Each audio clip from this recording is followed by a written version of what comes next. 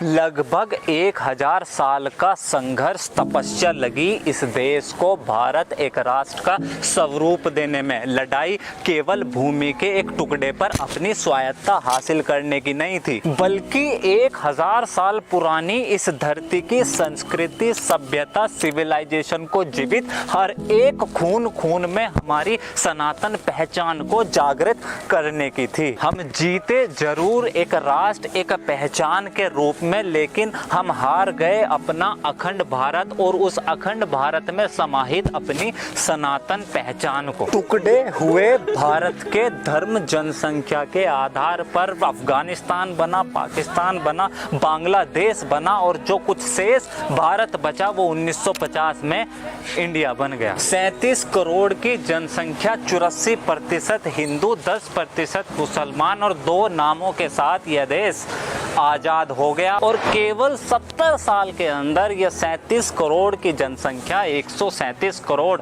पहुंच गई। गांव से शहरों की ओर लोगों का पलायन शुरू हो गया, स्लम्स ओवर क्राउडेड हो गए, चारों तरफ पोल्यूशन बढ़ गया, 50 नई बीमारियां आ गई, साफ पानी और खाने की किल्लत होने लगी और गरीबी अपने चरम पर पहुंच गई। ऐसा बिल्कुल नहीं था और है कि असामान्य जनसंख्या वृद्धि से होने वाले संभावित खतरों के बारे में किसी को ना पता हो। और आज भी रोजाना हर दिन लगभग 70,000 बच्चे पैदा होते हैं। मात्र 5 दिन के अंदर यह देश एक आइलैंड जितनी जनसंख्या पैदा कर देता। लेकिन आज भारत में जनसंख्या एक राष्ट्रीय सामाजिक समस्या नहीं, बल्कि राजनीतिक सत्ता का स्वार्थ और अपनी संस्कृति, सभ्यता को बचाने की एक आखिरी लड़ाई बन चुका है। सेंसस नहीं है, फिर भी अनुमान के मुताबिक आज 2021 में भारत की जनसंख्या 140 करोड़ पहुंच गई है। करीब 79% हिंदू बचे हैं जो पहले 84% थे और लगभग 15% मुस्लिम आबादी पहुंच गई है। जनसंख्या में यह जानना क्यों जरूरी है कि कितने प्रतिशत हिंदू, मुसलमान या बाकी धर्म है? अगर साधारण शब्दों में बोला जाए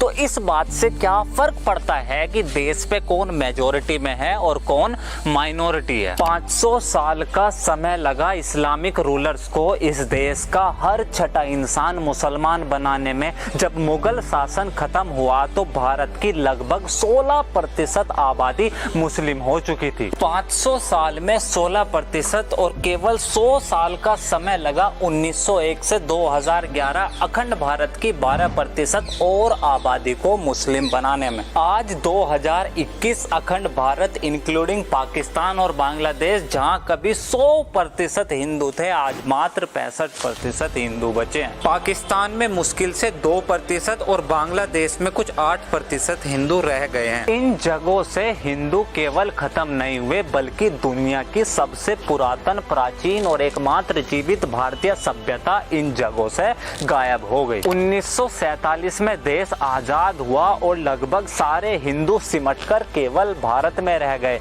और जब से देश आजाद हुआ तब से मुस्लिम जनसंख्या वृद्धि दर हमेशा हिंदुओं से ज्यादा रहा है। 2011 में भी जहां हिंदू जनसंख्या ग्रोथ रेट 17% थी, वहीं मुस्लिम 25% थी। अगर नेशनल एवरेज देखा जाए तो हिंदुओं की 100 महिलाओं पर करीब 13 बच्चे और वहीं 100 मुस्लिम महिलाओं पर लगभग 16.5 बच्चों का औसत आता है। लेकिन अगर पूरे देश का ना देखे और कुछ खास राज्यों के आंकड़े देखे तो आंखें पूरी खुली और पिक्चर ज्यादा साफ दिखाई देगी। हरियाणा में 100 हिंदू महिलाओं पर करीब 13 बच्चे और वहीं 100 मुस्लिम महिलाओं पर 22 बच्चे। अंतर 9 बच्चों का है। असम में यह अंतर 7 बच्चों का है, केरला में 6, फिर Jammu Kashmir, Bengal and so on pattern यही सेम मिलेगा। अगर इस अंतर से किसी राज्य की जनसंख्या पर क्या फर्क पड़ता है यह देखना है तो देश का सबसे एडवांस्ड पढ़ा लिखा राज्य केरला के 26% मुस्लिम, वहां के 55% हिंदुओं जितनी आबादी पैदा कर रहे हैं। भारत में सबसे ज्यादा मुस्लिम आबादी वाला राज्य उत्तर प्रदेश है। गाजियाबाद, मुरादाबाद, मेरठ, मुजफ्फरनगर, सहारनपुर, बिजनौर, जिसे मुख्यतः वेस्ट यूपी वाला क्षेत्र कहते हैं। 1961 में 30% मुसलमान थे और आज 2011 में 41% मुस्लिम आबादी पहुंच गई है। अगर इस क्षेत्र के कुछ शहरों पर नजर डालोगे जैसे कैराना, खतौली, बागपतपुर काजी देवबंद, तो दुनिया में 30 सालों के अंदर ऐसा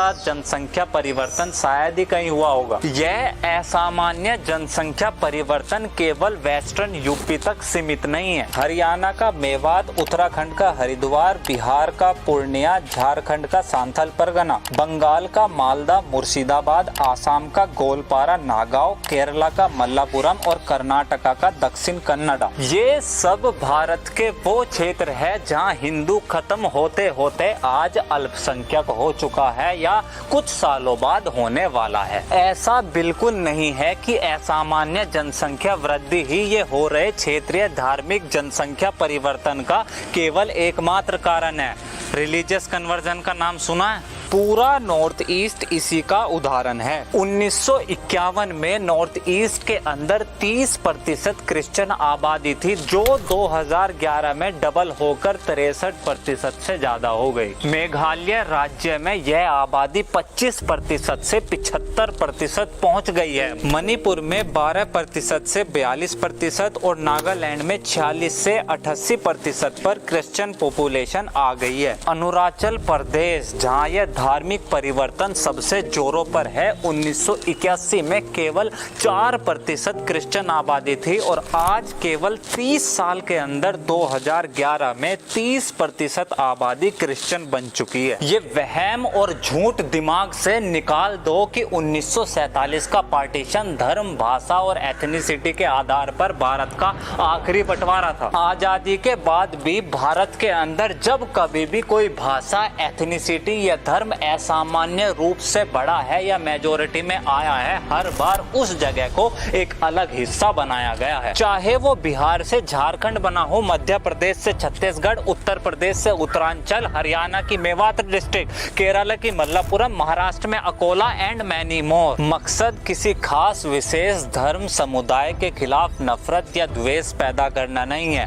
वोट का अधिकार होना, किसी जगह की सिटीजनशिप या नागरिकता होना, घर या जमीन होना आजादी नहीं है। ऐसे बहुत देश है जहां ये आजादी, ये राष्ट्रीयता, ये नागरिकता बिकाऊ है और लोग खरीदते हैं किसी दूसरी बाजारू चीज की तरह। लेकिन भारत मात्र एक देश नहीं है, एक राष्ट्र है। इसकी अपनी संस्कृति, परंपरा, अपनी सभ्यता रही है जो सदियों से इस मिट्टी की भूमि में समाहित हर पल आजाद रही है, जो कभी न बिकाऊ थी, न है और भविष्य में भी हमेशा गौरवान्वित रूप से धड़ ऊपर कर हमेशा ज्वलित रहेगी। इसलिए इस बात से फर्क पड़ता है कि देश में कौन मेजोरिटी में है और कौन माइनॉरिटी, क्योंकि यह इस देश के बहुसंख्यक हिंदुओं का कर्तव्य है, दायित्व है, प्रतिबद्धता है कि भारत राष्ट्र की इस प्राचीन सभ्यता को सस्वरूप जीवित और आने वाली पीढ़ी के लिए इससे भी आकर्षक रूप में छोड़कर जाए। असफल रहा है इस देश का बहुसंख्यक हिंदू, इसलिए यह भारत राष्ट्र आज अपने कई हिस्से गंवा चुका है और शेष भारत के